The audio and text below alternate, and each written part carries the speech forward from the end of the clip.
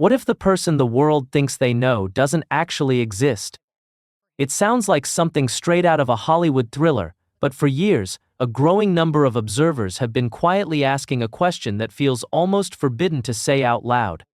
Was the story of Meghan Markle the self-made actress who became a duchess carefully edited, long before the world ever saw it? The public has always been given a clean, polished narrative: born in 1981, a high-achieving student, a struggling actress, and ultimately a royal bride. It's a story that feels simple, inspiring, and easy to believe, but the problem with perfectly crafted stories is that sometimes, all it takes is one loose thread for everything to start unraveling. Recently, a collection of overlooked documents, resurfaced memories, and strange inconsistencies in official records has started gaining attention. And the deeper people look, the more one unsettling idea begins to take shape. The numbers simply don't add up. In the world of high-level branding, age isn't just a detail, it's a powerful narrative tool. It shapes perception, relatability, and even future opportunities. So what happens when archived records begin to tell a different story than the one presented to the public? For years, claims made by members of Meghan's own family were dismissed as bitterness, jealousy, or attempts to stay relevant.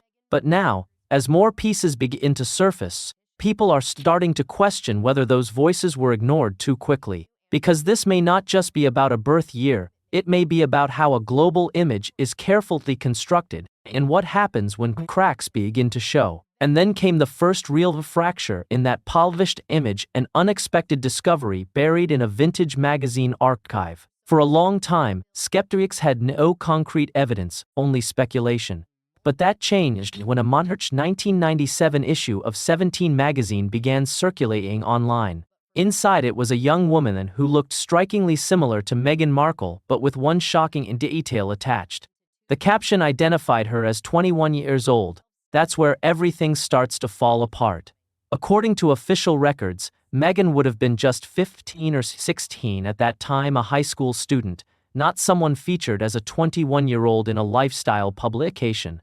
Naturally, defenders were quick to respond, suggesting it was either a simple typo or a completely different individual. But when people examined the image more closely, the resemblance, the context, the trajectory, it became harder to dismiss as coincidence. This wasn't some blurry, low-quality photo pulled from obscurity. It was a professionally published magazine, handled by editors and fact-checkers. And in industries like modeling and acting, where youth is often an advantage, the situation raises an even bigger question. Why would a teenager claim to be older? Or more importantly, how could a major publication get such a specific detail so wrong? Because if that age was accurate, then the timeline everyone has believed for years might not just be flawed, it might be completely different. And that would place her birth year, not in 1981, but somewhere closer to 1976. That 5-year gap might not seem like much to the average person, but on the global stage, especially within the royal family, it changes everything. It reshapes her entire timeline, her high school years, her college journey, and even the narrative of her rise in Hollywood. And yet, as shocking as that magazine discovery was, it turned out to be only the beginning of a much larger puzzle. For years, Samantha Markle has been the loudest voice questioning this story. And for just as long, she's been cast as the villain. The media painted her as the bitter, disgruntled sister chasing attention or financial gain. But when you actually listen to what she's been saying since the very beginning, something stands out. Her story hasn't changed. Not once. She has consistently claimed that the public timeline of Meghan Markle's life feels more like fiction than fact. Samantha describes a childhood that doesn't align with the carefully curated narrative presented to the world. Instead of the lone wolf or struggling background that was emphasized during the early royal engagement, she recalls a very different reality, one where Meghan was already stepping into more mature environments and roles at a time when, according to the official version, she was still just a child. Her claims go far beyond age, they strike at the heart of authenticity itself. She has spoken about family memories where the timing simply doesn't make sense. Events, milestones, and shared experiences that, if the official birth year were accurate, would be nearly impossible to reconcile. It becomes a situation where two people are telling completely different versions of the same life. But in this case, one version is supported by global media machinery, while the other relies on personal memory. And for a long time, the public chose the polished version. It was easier, cleaner, and far more appealing. But now, as more overlooked details resurface, archived photos, small inconsistencies, accidental leaks, Samantha's long-dismissed claims are starting to feel less like bitterness and more like a desperate attempt to correct the record. And she wasn't the only one raising questions. Then there's Thomas Markle. This isn't just any father speaking out. This is the man who built his career in Hollywood as a lighting director, someone whose entire profession revolved around crafting illusions. He knew exactly how to make something look real, even when it wasn't. He understood how lighting, angles, and presentation could shape perception. And perhaps most importantly, he was there from the very beginning of Meghan's life, documenting it through photos, videos, and personal records. Which is why his confusion carries weight. Thomas has openly questioned how the public version of his daughter's story evolved into something he barely recognizes. He recalls key events, graduations, birthdays, first jobs that don't seem to align with the official royal biography. According to him, once Meghan entered the UK and became part of the royal narrative, the flow of information surrounding her life became highly controlled, almost curated.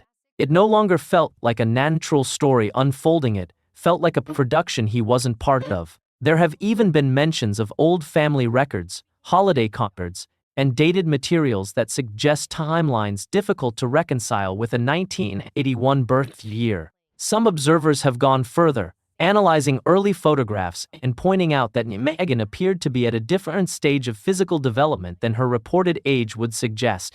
These interpretations remain debated, of course, but when someone with Thomas's background in visual storytelling says something doesn't look right, it becomes much harder to ignore.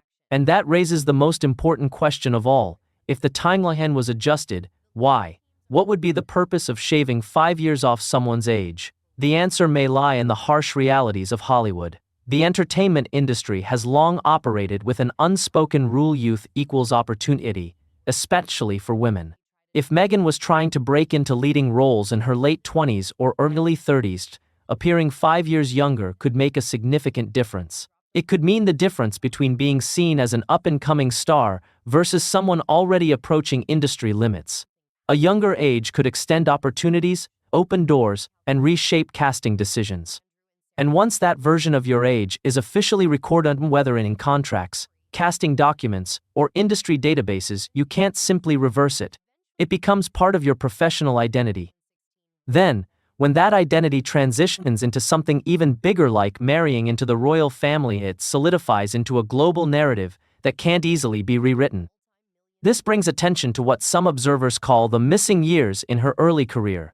When you closely examine the official timeline, there are gaps that feel unusually convenient, periods that are often brushed over or simplified. While some describe these as her waitress years, others believe she may have been far more established both professionally and socially than the public was led to believe. And that's where the story takes an even more intriguing turn, because those missing years might hold the key to everything. Some believe those missing years weren't just forgotten, they were deliberately scrubbed from the public record to present a more polished narrative, one that made her appear like a fresh face stepping into the spotlight at just the right moment.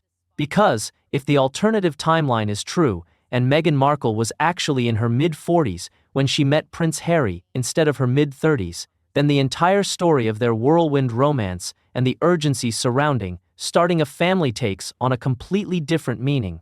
And that's where the conversation shifts into one of the most controversial areas of all.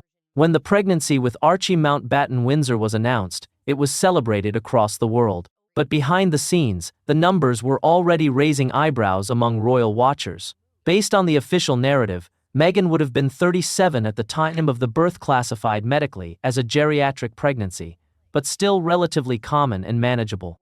However, if the alternative timeline holds any truth, and she was actually in her early 40s, then the medical context shifts significantly. At that stage, while pregnancy is certainly still possible, the risks and complexities tend to increase, and natural, complication-free pregnancies become less common.